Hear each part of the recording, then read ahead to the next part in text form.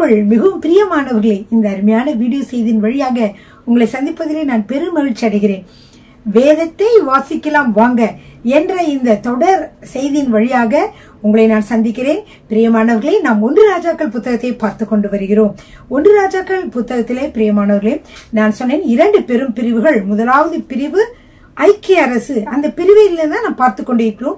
இந்த ஐக்கிய அரசை 3 பெரும் பிரிவுகளாக பிரிக்கலாம். சாலமன் அரசராக நியமனம் செய்யப்படுதல், 2வது சாலமோனுடைய உயர்வு, 3வது சாலமோன் அரசராக அவருடைய வீழ்ச்சி. இந்த 3 காரியங்களை தான் நாம் பார்த்து கொண்டிருக்கிறோம். இதுல முதல் பாயிண்ட் நம்ம பார்த்துட்டோம். 2வது பாயிண்ட கூட நம்ம இப்பொழுது பார்த்து கொண்டு வருகிறோம். இதுல கடைசியாக சாலமோன் அரசரின் உயர்வு என்ற பகுதியிலே கடைசியாக இன்றைக்கு நான் 5வது பிரிவாக நான் என்ன சொல்ல போகிறேன் என்றால், சாலமோனின் புகழும் செல்வாக்கும்.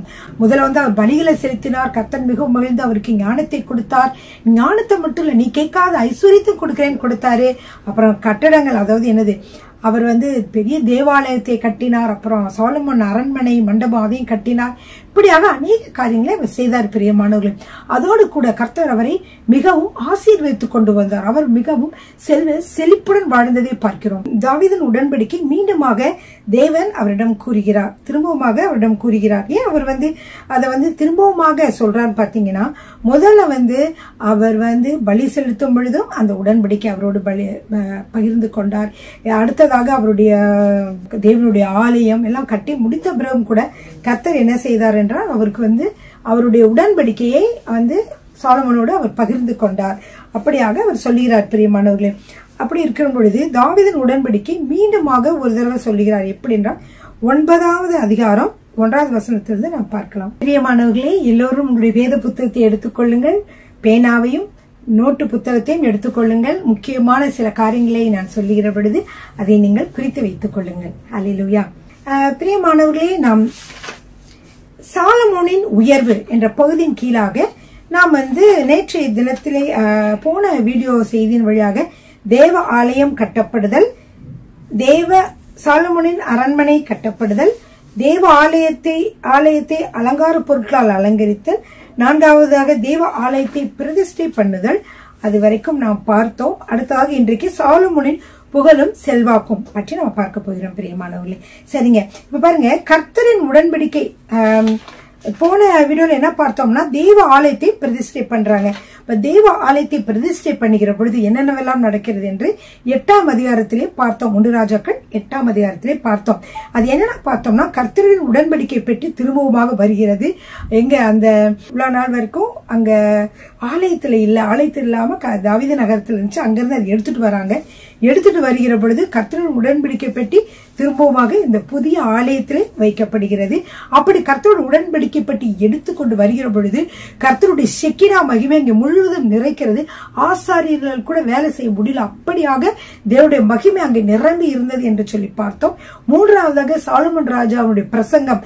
அவர் சொன்னார், இப்படியெல்லாம் கர்த்தர் என்னோடு உடன்படிக்கை பண்ணினார், என்னுடைய தகப்பனாருக்கு அப்படியெல்லாம் உதவி செய்தார். அப்புறம் என்னைய தேர்ந்தெடுத்து, என்னை அரசராக தேர்ந்தெடுத்து எனக்கு இவ்வளவு ஞானத்தையும் எல்லாவற்றையும் கொடுக்கிறேன் என்று சொல்லி கொடுத்திருக்கிறார் என்று சொல்லி அவர் என்ன செய்கிறார், 8ஆம் அதிகாரம் 12வது வசனம் முதல் 21வது வசனம் வரைக்கும் அவர் பிரசங்கம் செய்கிறார்.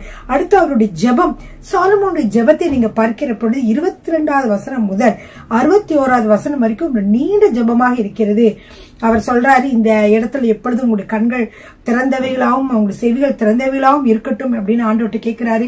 இங்க நாங்க ஜெபிக்கும் பொழுது எங்க ஜெபத்தை கேளுங்கன்னு சொல்றாரு. இஸ்ரவேலர் அல்லாதவர்கள் மற்ற மக்களாக இருந்தாலும் அவர்கள் உம்மிடத்துல ஜெபிக்கிற பொழுது அவங்க ஜெபத்தை கேளுங்கன்னு சொல்றாரு.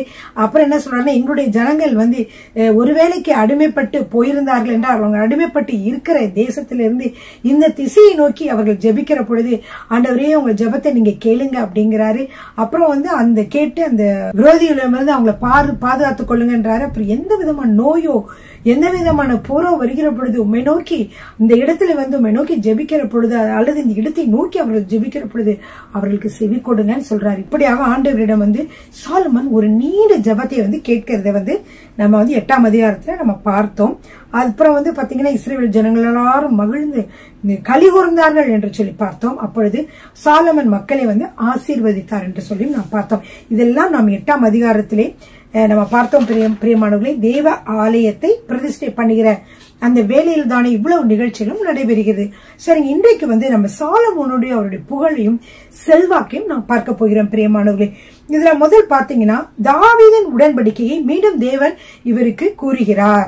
பிரியமானவர்களே, கர்த்தர் முதல் அவர் பலி செலுத்தின பொழுது மிகவும் மகிழ்ந்து அவருக்கு உடன்படிக்கையை சொன்னாரே, உன்னை கடைசி வரைக்கும் நீங்க எனக்கு உண்மையுள்ளவர்களா இருந்தீங்கன்னா கடைசி வரைக்கும் உங்களை நான் பாதுகாப்பேன், எப்பொழுதும் எனது ஒரு இஸ்ரவேலின் சிங்காசனத்தின் மீது உட்கார்வதற்கு உன்னுடைய குமாரர்கள் இல்லாமல் போவதில்லை அப்படின்னு சொன்னார். அப்படின்னா என்னன்னா, நீங்க எனக்கு உண்மையுள்ளவர்களாக நீங்க என்னையும் நீங்க சேவித்து நீங்க வருந்தீங்கன்னா நான் என்ன செய்வேன், வம்சமாக நீங்களே அரசாட்சி செய்வீர்கள், உன்னோட குமாரன் அப்புறம் குமாரன் இப்படி அரசாட்சி செய்வீர்கள். ஆனா நீங்க என்னை விட்டு விலகுவீர்கள் ஆனால், அல்லது என்னை சேவிக்காமல் பிற ஜாதி வேறு தேவர்களை நீங்கள் சேவித்தீர்கள் என்றால் நான் என்ன இருக்க மாட்டேன், உங்கள் மீது பிரியமாக இருக்க மாட்டேன்னு ஆண்டவர் சொல்றேன். இந்த சிங்காசனத்தை பிடி வேறொரு கொடுத்துருவேன் அப்படின்னு சொல்லிட்டு ஆண்டவர் சொல்றார்.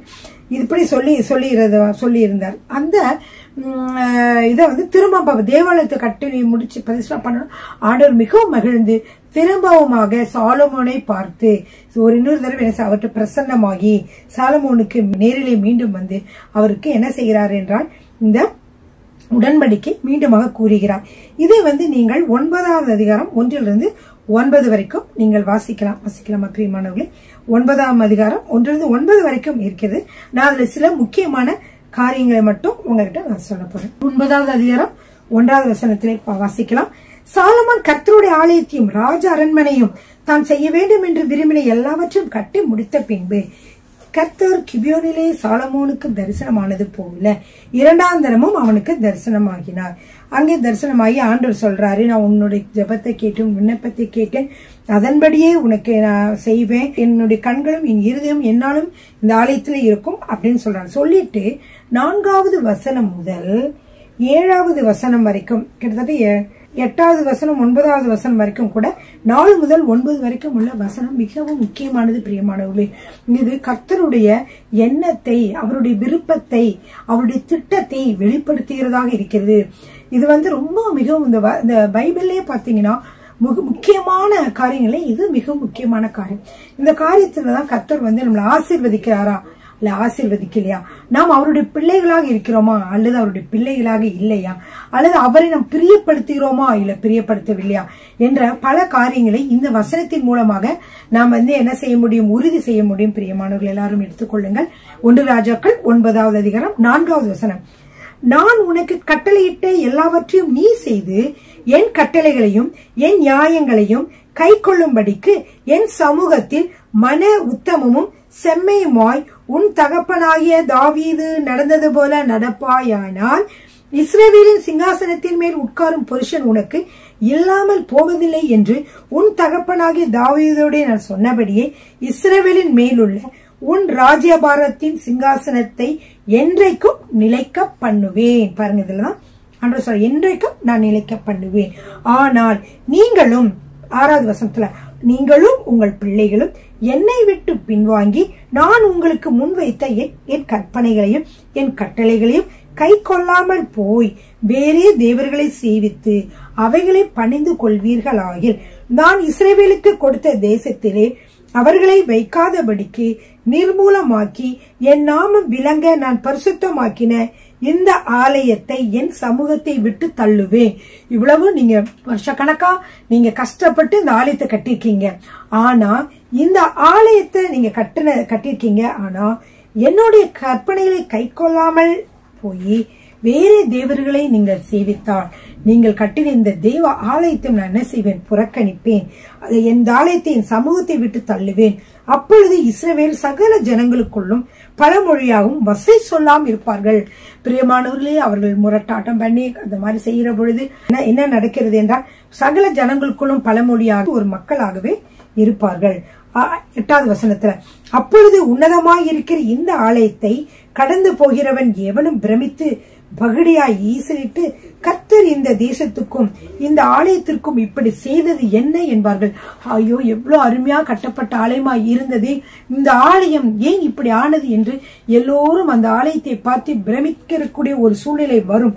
அப்படி வந்தால் அதற்கு அவர்கள் சொல்வாங்க, தங்கள் பிதாக்களை எகிப்து தேசத்திலிருந்து புறப்பட பண்ணின தங்கள் தேவனாகிய கர்த்தரை விட்டு வேறே தேவர்களை பற்றி கொண்டு அவர்களை நமஸ்கரித்து சேவித்தபடியினால் கர்த்தர் இந்த தீங்கை எல்லாம் அவர்கள் மேல் வரப்பண்ணினார் என்று சொல்லுவார்கள் என்றார்கள். பிரியமானவர்களை, இவ்வளவு அருமையாக பல கோடி பல பில்லியன் கணக்கான பணங்களை செலவழித்து தங்கத்தாலே செய்யப்பட்ட இந்த ஆலயத்தை பின் நாட்களிலே இந்த மக்கள் முரட்டாட்ட மக்களாக கர்த்தரை விட்டு வேறு தேவர்களை சேவித்ததினாலே பிரியமானவர்களே, பின்பு அசீரியா மன்னன் மற்றும் அவர்களுடைய எதிரி மன்னர்கள் இந்த தேவ ஆலயத்தை என்ன செய்தார்கள் என்றால் இடித்து அதில் இருக்கிற தங்கத்தையும் நகை பொன்னையும் கொள்ளையிட்டு சென்று விட்டார்கள் என்று பார்க்கிறோம். பிரியமானவர்களே, இப்படியாக கர்த்தரை விட்டு வேறு தேவர்களை பற்றி கொண்டு அவர்களை நமஸ்கரித்து சேவித்தபடினால் கர்த்தர் இந்த தீங்கை எல்லாம் அவர்கள் மேல் வரப்பண்ணினார் என்று சொல்லுவார்கள் என்றார். அப்படியே கர்த்தர் சொல்றார், இந்த மாதிரி நீங்க உண்மையா இருந்தீங்கன்னா நான் உங்களுக்கு உண்மையா இருந்து உங்களை ஆசீர்வதிப்பேன்.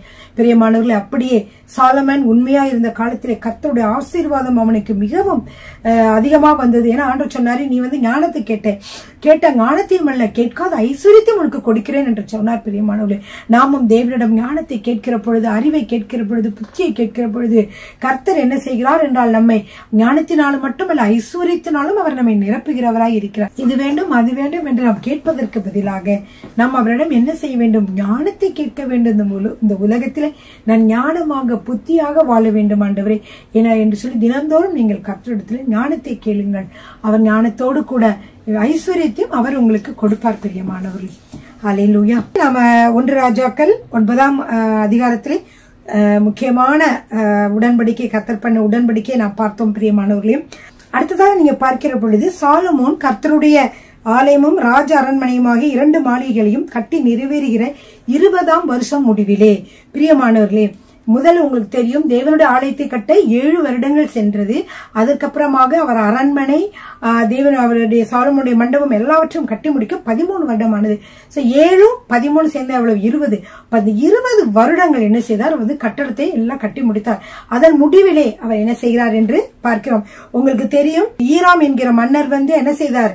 ஆட்கள் அனுப்பினாரு, கேதுரு மரங்களை கொடுத்தாரு, பல உதவிகளை கட்டடத்துக்கு செய்தார் இல்லையா? அதனால அவருக்கு ஒரு தொகையை அவர் கொடுக்கிறார். அதை பார்க்கிறோம் 11வது வசனத்துல பார்க்கிறோம். தன்னுடைய விருப்பத்தின்படியெல்லாம் தனக்கு கேதுரு மரங்களையும் தேவதாரி விருட்சங்களையும் பொன்னையும் கொடுத்து வந்த தீருவின் ராஜாவாகிய ஈராமுக்கு ராஜாவாகிய சாலமோன் கலிலேயா நாட்டில் உள்ள 20 பட்டணங்களை கொடுக்கிறான். 20 பட்டணங்களை கொடுத்த உடனே அதை பார்க்கிறார். கலிலேயா பக்கத்துல நாட்டில் இருக்கக்கூடிய 20 பட்டணங்களை கொடுத்தான். ஆனால் ஈராமுக்கு அதெல்லாம் பிடிக்கல. அவர் என்ன சொல்லிட்டாருன்னா, எனக்கு வேணாம், எனக்கு எதுக்கு இந்த பட்டணங்கள்லாம், எனக்கு வேண்டாம் அப்படின்னு அவர் சொல்லிட்டாரு. அதனால அதை அவர் எடுத்துக்கல. ஆனா அவைகளுக்கு இந்நாள் மட்டும் வழங்கி வருகிறபடி காபூல் என்ற பெயர், காபூல் நாடு என்று பெயரிடப்பட்டிருக்கிறது. சரிங்க, அடுத்து பாருங்க. அது மட்டும் இல்ல பிரியமானவர்களே, ஈராம் ராஜாவுக்கு 120 தாலந்து பொன்களை பொன் அனுப்பி இருந்தான். ஒரு தாளந்து என்பது என்னவென்றால் பிரியமானவர்களே, 35 முதல் 50 கிலோ வரைக்கும், கிட்டத்தட்ட அது 50 கிலோவாக இருக்கிறது. சில இடங்கள்ல 35 கிலோ 40 கிலோ அந்த ஊரை பொறுத்த அளவுக்கு இருக்கிறது. இது குறைந்தது இதனுடைய ஒரு தாளந்து என்பது 50 கிலோ பிரியமானவர்களே. அப்ப ஒரு தாளந்து பொன் என்றால் 50 கிலோ பொன் என்று அர்த்தம் பிரியமானவர்களே. அப்போ அவர் 120 தாளந்து கொடுத்தார் என்று சொல்லி பார்க்கிறோம். அது எவ்வளவு என்று பார்ப்போம். அது மட்டுமல்ல, தெய்வ ஆலயத்தை கட்ட அவர் அநேகமான பொன்னை பயன்படுத்தியிருந்தார். இந்த உலகிலேயே மிகவும் ஒரு செழுமையான, மிகவும் விலை மதிக்கத்தக்க தேவ ஆலயம் எது என்றால் அது நம்முடைய தேவனுடைய ஆலயம் தான் பிரியமானவர்களே. அப்ப ஒரு தாளந்துடைய விலை எவ்வளவு என்றால் 22 கோடி பிரியமானவர்கள். ஒரு தாளந்து 22 கோடி எவ்வளவுன்னு பாருங்க. ஒரு தாளந்து 22 கோடி. இப்ப இருக்கிற மதிப்புக்கு, அந்த தங்கத்தோட மதிப்புக்கு வச்சு, தங்கத்தை தானே சொல்றாங்க, அந்த அளவு படி பார்த்தோம்.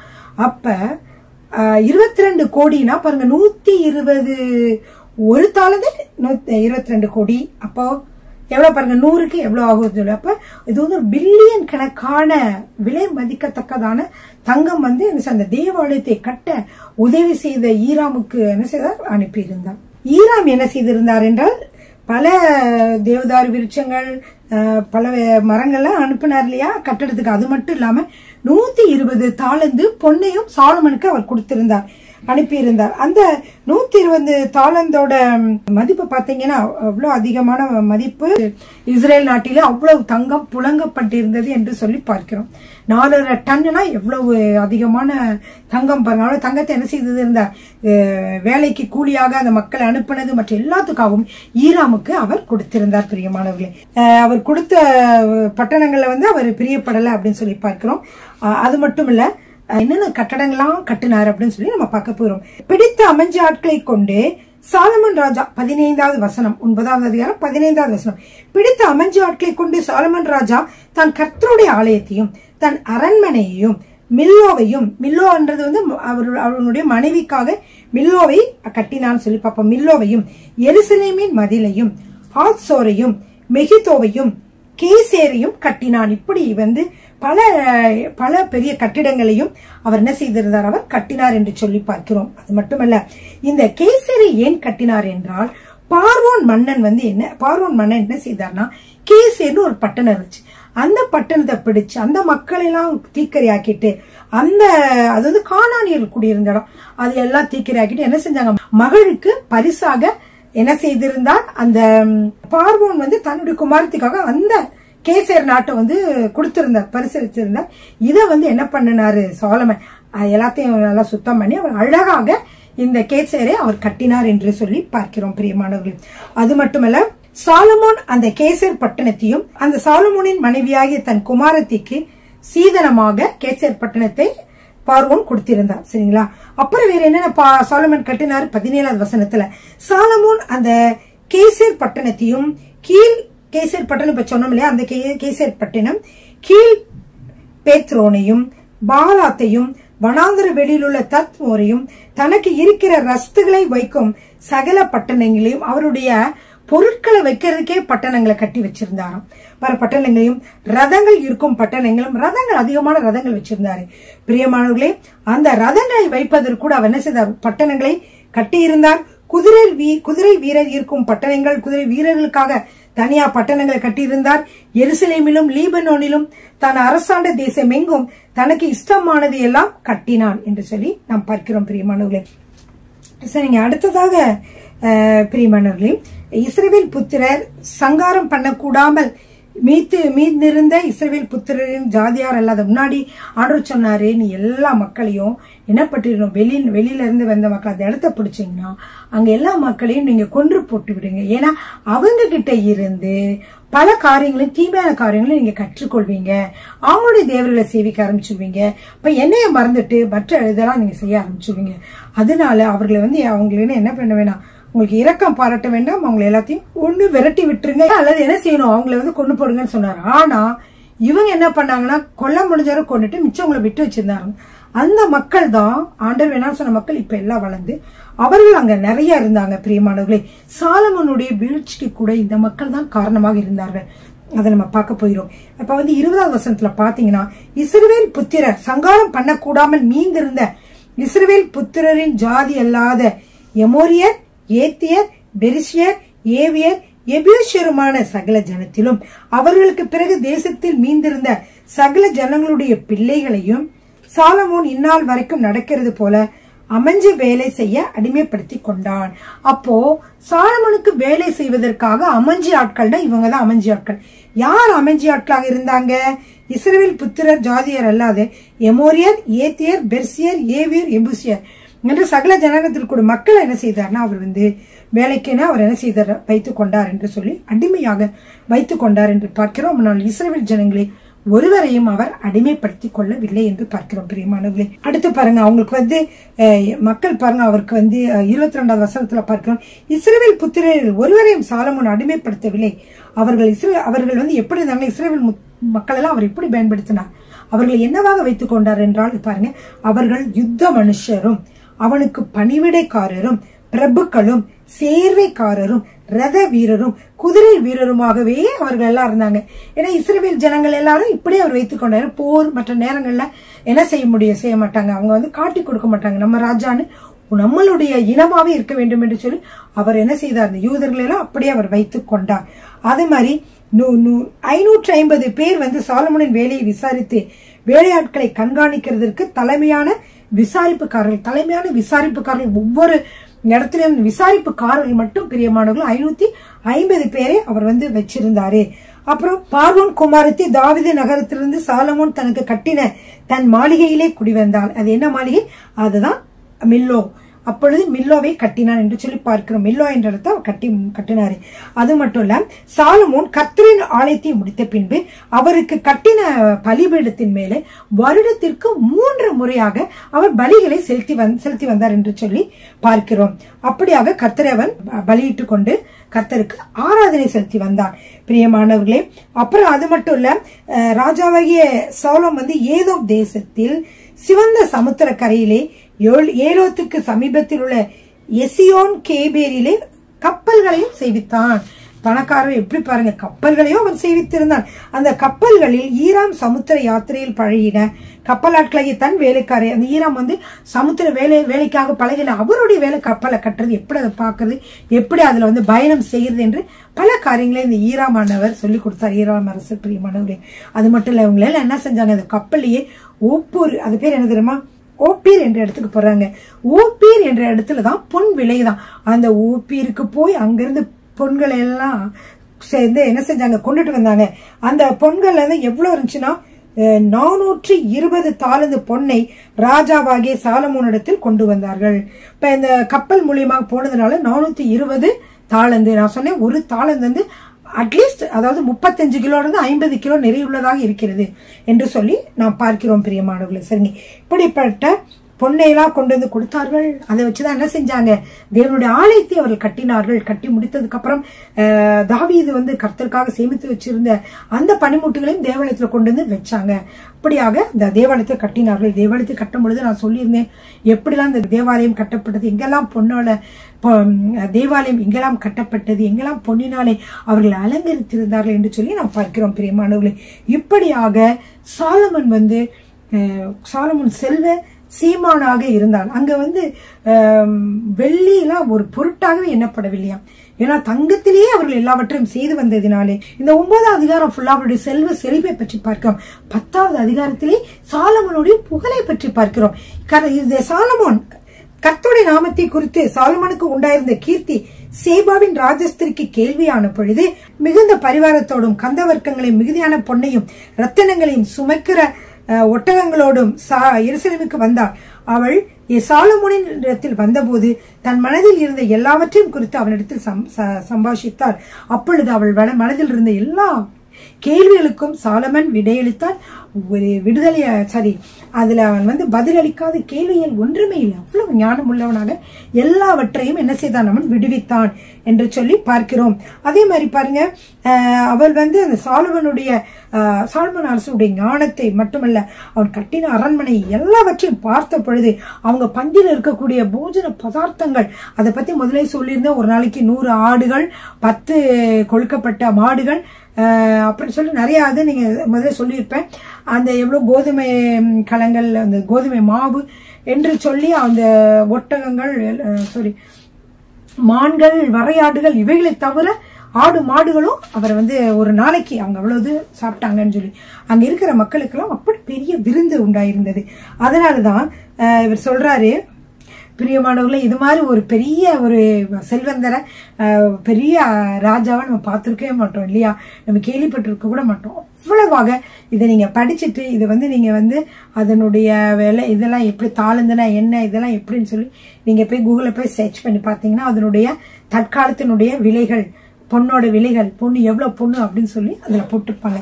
அவ்வளவு அதிகமான தங்கம் இவருடைய இது இடத்துல வந்து சாலமோனுடைய ஆட்சியிலே புரண்டு கொண்டிருந்தது. பிரியமானவர்களே, சேபா ஸ்திரீ என்ன செய்கிறாள், சாலமோனுடைய சகல ஞானத்தையும், அவன் கட்டின அரண்மனையும், அவன் பந்தியின் போஜன பதார்த்தங்களையும், அவன் ஊழியக்காரின் வீடுகளையும், அவன் உத்தியோகஸ்தரின் வரிசையும், அவர்கள் வஸ்திரங்களையும், அவனுடைய பானபாத்திரக்காரையும், அவன் கர்த்தருடைய ஆலயத்துக்குள் பிரவேசிக்கும் நடைமண்டபத்தையும் கண்டபொழுது அவள் ஆச்சரியத்தால் பெருமை கொண்டு ராஜாவை நோக்கி, உம்முடைய வர்த்தமானங்களை குறித்து உம்முடைய ஞானத்தை குறித்தும் நான் என் தேசத்தில் கேட்ட செய்தி மெய்யாயிற்று.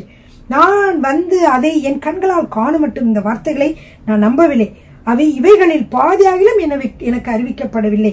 என்று காண்கிறேன். நான் கேள்விப்பட்ட பிரஸ்தாபத்தை பார்க்கிறோம் உம்முடைய ஞானமும் செல்வம் அதிகமாய் இருக்கிறது அப்படின்னு சொல்லி, அப்புறம் உங்களுடைய ஜனங்கள் எல்லாம் ஆசீர்வதிக்கப்பட்டவர்களாக இருப்பாராக, உங்களோடு கூட பந்தி இருக்கிற ஒவ்வொரு மக்களும் ஆசீர்வதிக்கப்பட்டவர்களாக இருப்பாராக, உங்களுடைய ஞானத்தை கேட்கிற மக்கள் எல்லாம் ஆசீர்வதிக்கப்பட்டவர்களாக இருப்பார்களா என்று சொல்லி அவங்க நாட்டில் இருக்க ஒவ்வொரு மக்களையும் அவள் வாழ்த்துகிறாள் என்று சொல்லுகிறாள். அது மட்டுமல்ல, கர்த்தரையும் அவள் மகிமைப்படுத்துகிறாள்.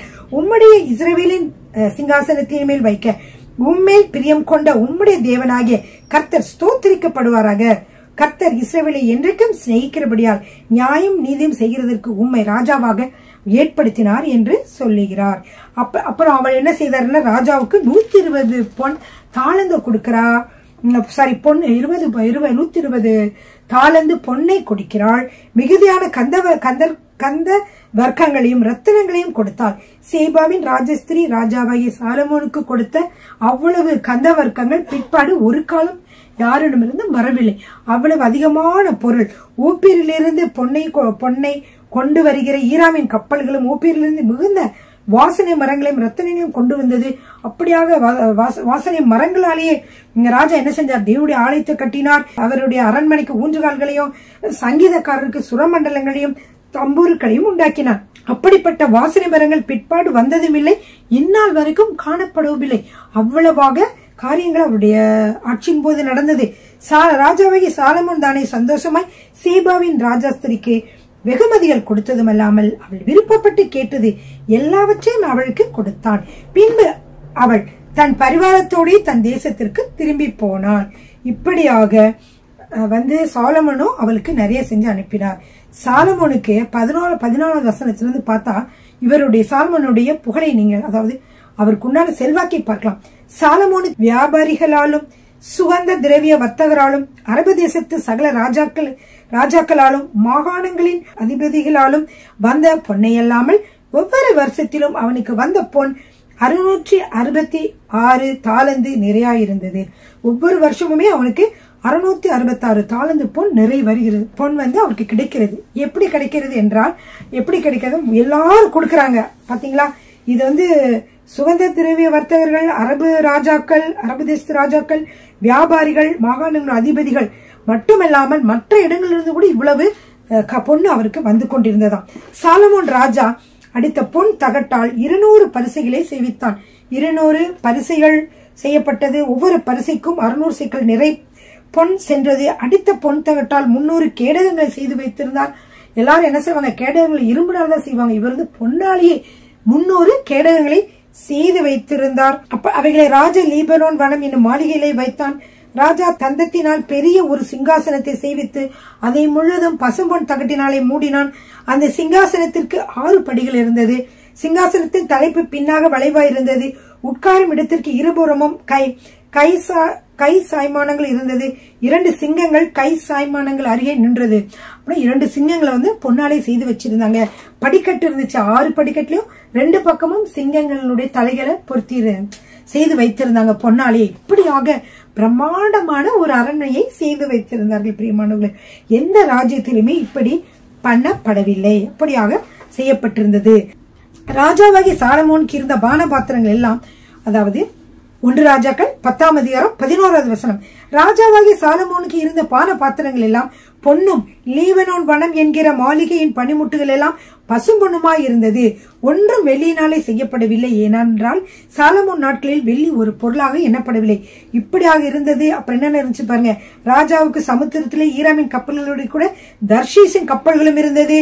தர்ஷீசின் கப்பல்கள் 3 வருஷத்துக்கு ஒரு தரம் பொன்னையும் வெள்ளியையும் யானை தந்தங்களையும் குரங்குகளையும் மயில்களையும் வேற இடத்துல இருந்து கொண்டு வந்து கொடுக்கும். பூமியின் சகல ராஜாக்களை பார்க்கிலும் ராஜாவாகிய சாலமோன் ஐஸ்வர்யத்திலும் ஞானத்திலும் சிறந்தவனாயிருந்தான்.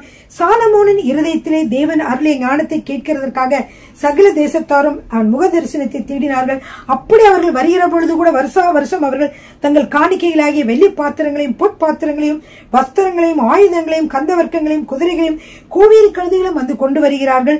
சாலமோன் ரதங்களையும் குதிரை வீரர்களையும் சேர்த்தான்.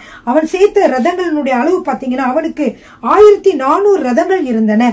12,000 குதிரை வீரர்கள் 12,000 குதிரை வீரர்கள் இருந்தார்கள். அவர்களை ரதங்கள் வைக்கும் பட்டணங்களிலும் அவர்களை எருசலேமில் தன்னிடத்திலும் வைத்திருந்தான். இது எல்லாம் அதுக்குன்னு ரதங்களை வைக்கிறதுக்கு பட்டணங்களை செய்வித்திருந்தான். அந்த பட்டணங்களை அவர் வைத்திருந்தான்.